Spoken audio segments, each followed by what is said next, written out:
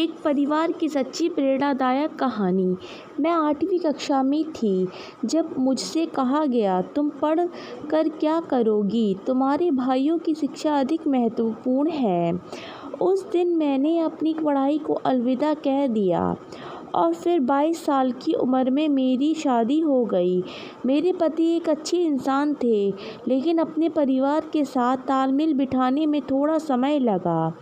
चाय बनाने से लेकर गर्मा गर्म गोल रोटियां बनाने तक मेरा पूरा दिन किचन में ही बीत जाता, लेकिन मुझे कोई आपत्ति नहीं थी।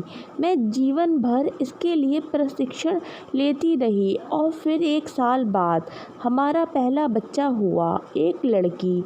मैं और मेरे पति खुश थे, उनका परिवार खुश नहीं था। वे एक लड़का चाहते थे। जब मैंने अपनी दूसरी बेटी को जन्म दिया तो मेरे ससुराल वाले काफ़ी परेशान नज़र आ रहे थे। उन्होंने मुझे ताने देना शुरू कर दिया, एक बेटा पैदा नहीं कर सकती, पता नहीं किसे ले आए। मैं थक गई थी। लगातार गर्भधारण ने मेरे शरीर पर एक टोल ले लिया था। तब तक हमारी 7 बेटियां हो चुकी थीं और ताने असहनीय हो गए थे। 7 लड़कियां एक दायित्व है, वे कहते थे। मैं अपनी लड़कियों की परवरिश ऐसे माहौल में नहीं करना चाहता था जहां उन्हें नीची नज़र से देखा जाए, और इसलिए संयुक्त परिवार में 10 साल रहने के बाद हम बाहर चले गए। मेरे पति ने मसालों की एक नई दुकान शुरू की। 10 साल में हमारे घर में कभी सुस्ती का पल नहीं आया। लड़कियां नृत्य प्रतियोगिताएं आयोजित करती और मुझे और मेरे पति को निर्णायक बनाती। हमें खुशी हुई, लेकिन फिर मेरे पति को दिल का दौरा पड़ा और कुछ ही समय बाद उनकी मृत्यु हो गई। 44 साल की उम्र में मैं एक विधवा थी जिसकी देखभाल के लिए 7 लड़कियां थीं। मेरी दूसरी बेटी ने अभी अभी कॉलेज में प्रवेश किया था और सबसे छोटी की उम्र 10 साल की भी नहीं थी। मैं शोक में नहीं कर सकी। उनके अंतिम संस्कार के ठीक बाद मुझे और मेरी बेटियों को दुकान खोलनी पड़ी, लेकिन यह बात हमारे रिश्तेदारों को अच्छी नहीं लगी। वे सब कुछ अपने नियंत्रण में चाहते थे। मैंने ऐसा नहीं होने दिया, तो उन्होंने कहा, देखते हैं ये औरतें क्या कर पाती हैं। लेकिन सच कहूँ तो मेरे पास उन पर ध्यान देने का भी समय नहीं था।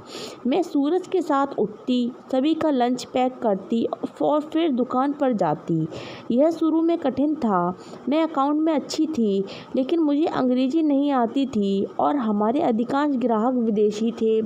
तभी मेरी बड़ी बेटियों ने कदम रखा, लेकिन मैंने सुनिश्चित किया कि उनकी शिक्षा कभी प्रभावित ना हो। मैं नहीं चाहती थी कि उनका भी मेरे जैसा ही हश्र हो। आखिरकार हमने चीज़ों को लटका दिया और 4 साल बाद हमने अपनी दूसरी शाखा का उद्घाटन किया। फिर से हमें कठोर टिप्पणियों का सामना करना पड़ा।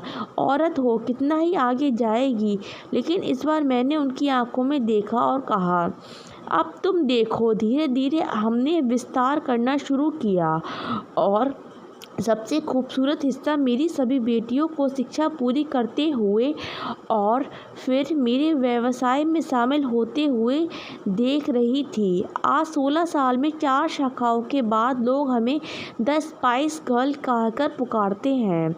यह हास्य शब्द है कि कैसे वही लोग जिन्होंने कहा महिलाएं बहुत दूर नहीं जाती, अब मेरे पास व्यावसायिक सलाह के लिए आते हैं।